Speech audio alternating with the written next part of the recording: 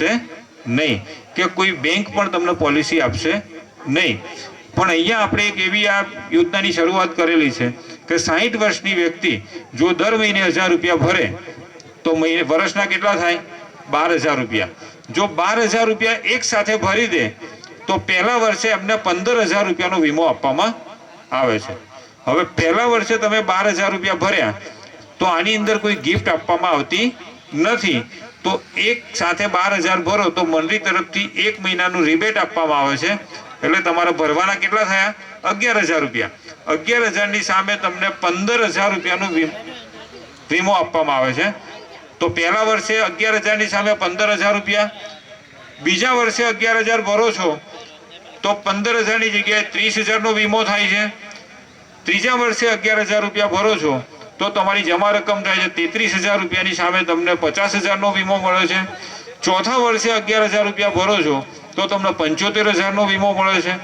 अने पांचमा वर्षे 11,000 रुपया भरो छो तो तमारी जमा रकम 55,000 रुपया थाय छे अने एनी सामे 1,00,000 रुपयानो वीमो मंडળી तरफथी आपवामां आवे छे।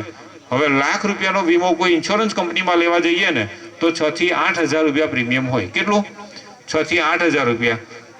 અને જેટલા વર્ષ ભરીએ એટલા વર્ષ તમારો વીમો ચાલુ રહે અને જ્યારે ભરવાનું બંધ કરો ત્યારે એ વીમાનો બેનિફિટ તમને મળતો નથી। પણ ખાલી અહીંયા જો 5 વર્ષ તમે ભરી દીધા તો આજીવન માણસ જીવે ત્યાં સુધી એ વીમાનો બેનિફિટ મળે છે। અને છઠ્ઠા વર્ષથી દર મહિને 672 રૂપિયા પેન્શન આપવામાં આવે છે। હવે સમજો કે 60 વર્ષની ઉંમર હતી, તમે 5 વર્ષ સુધી રેગ્યુલર ભરી દીધું तो छठा वर्ष 672 रुपया दर महीने पेन्शन आपवामां आवे तो वर्षनु 8,000 रुपया पेन्शन थयुं। हवे 60 वर्षे शरूआत करी 65 वर्षे भरवानुं पूरुं थयुं अने 66मा वर्षथी पेन्शन चालू थयुं। कदाच ए व्यक्ति 66 थी लईने 76 ने 10 86 20 वर्ष हयात छे तो 20 वर्षनी अंदर दर महीने 8,000 पेन्शन मळतुं होय दर वर्षे तो 20 वर्षनुं केटलुं थयुं 1,60,000 रुपया। और जયારે 86 वर्षे दादा एक्सपायर थाय छे त्यारे पहलो फोन आपणामां आवे के लाडवाना 1,00,000 रुपया लईने तमे आवजो, केम के मंडળી तरफथी 1,00,000 रुपया डेथ बेनिफिट पण आपवामां आवे छे कुदरती मृत्युनो।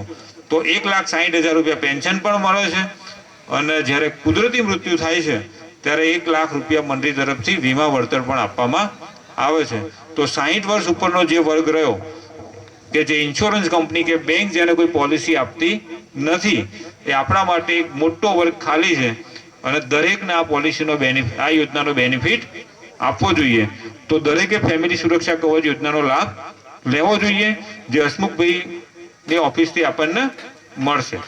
બીજું કે દરેક વ્યક્તિ બચત તો કરવી જ છે પણ ક્યારે કરી શકે બચત કે પોતાની આવક હોય તો मारे दर महीने 1,00,000 रुपया की बचत करवी तो हूँ क्यारे करी सकूँ। दर महीने हूँ 2-3 लाख कमातो होय अने मारा खर्चा पूरा थता मारी जोड़े कंईक वधतुं होय तो ज हूँ बचत करी सकूँ। तो बचत करवा माटे पहला कमावुं जरूरी छे। तो कोईपण व्यक्तिने आपणेथी आराधना बचत सहकारी मंडળી लिमिटेडनी अंदर काम करवुं होय तो पहला एडवाइजर बनवुं पड़े। जेम के LIC पोस्ट बेंकनी अंदर काम करवुं होय तो पहला तमारे एजंट बनवुं पड़े छे।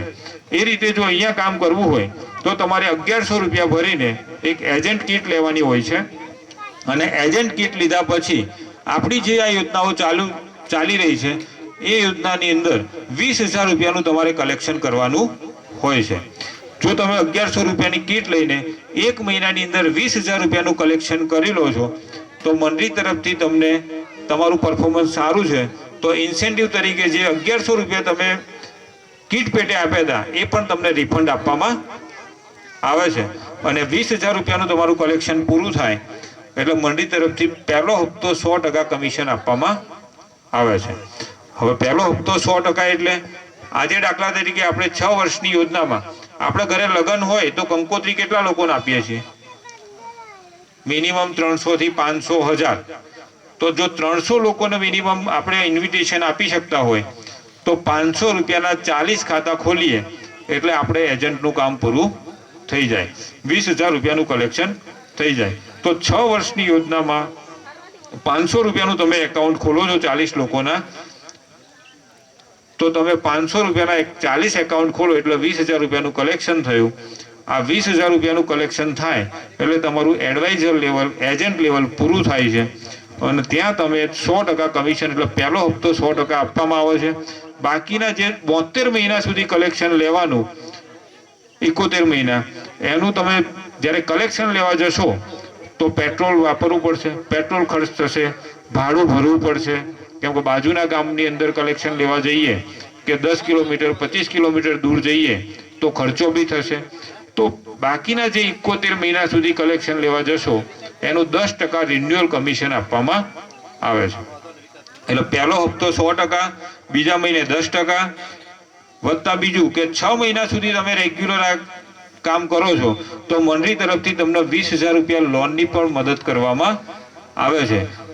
કોઈ એડવાઇઝરને 2 વ્હીલર લેવું છે તો ₹20,000 લોન, 1805ના 12 હપ્તા ભરવાના અને ₹1,662 આખા વર્ષનું વ્યાજ ભરવાનું થાય. હવે ₹20,000ની લોન લઈએ તો 2% વ્યાજ ખાલી ગણીએ તો બી ₹400 દર મહિને થયું. તો વર્ષનું કેટલું થયું? ₹4800 થયું. એની સામે મંડળી અહીંયા 70-75 પૈસા તમને 20,000ની લોન પણ એજન્ટને આપી રહી છે.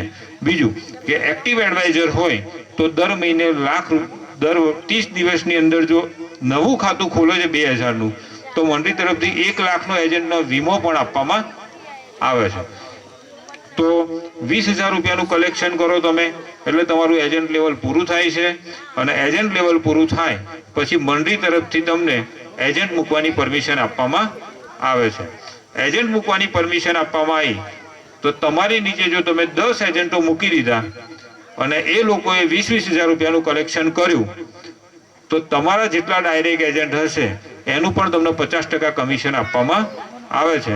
એટલે તમે 20,000નું કલેક્શન પૂરું કર્યું અને તમારી નીચે 10 એજન્ટો મૂક્યા અને એ લોકોએ પણ ₹20,000નું કલેક્શન કર્યું તો ટોટલ ટ્રાન્ઝેક્શન કેટલું થયું?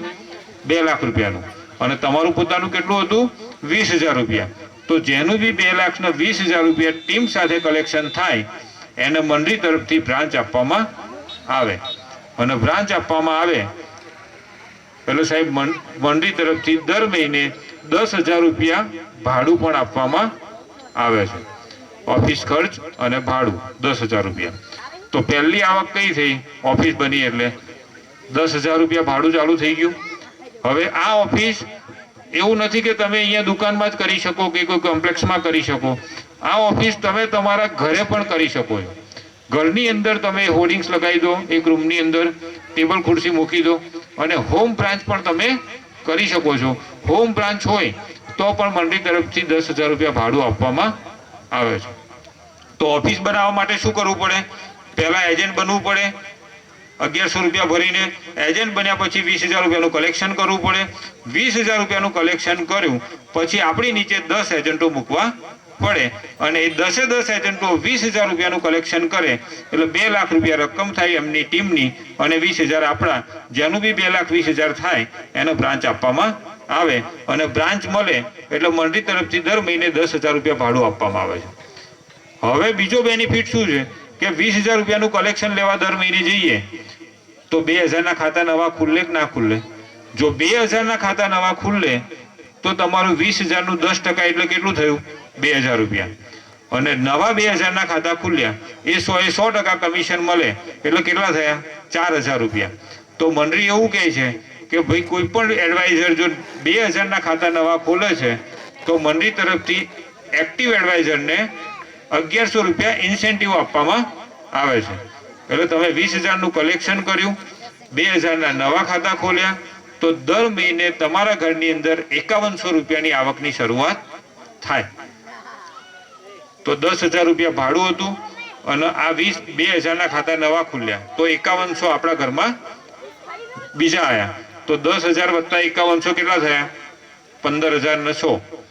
15,100 આયા. એ સિવાય આપણે જે 10 એજન્ટો મૂક્યા હતા એ 10 એજન્ટો 20,000નું જે કલેક્શન છે એ બીજા મહિને જ્યારે કલેક્શન લાવશે એમાંથી પણ આપણને 5% રિન્યુઅલ આપવામાં આવશે. તો 2 લાખનું 5% કેટલું થયું? ₹10,000.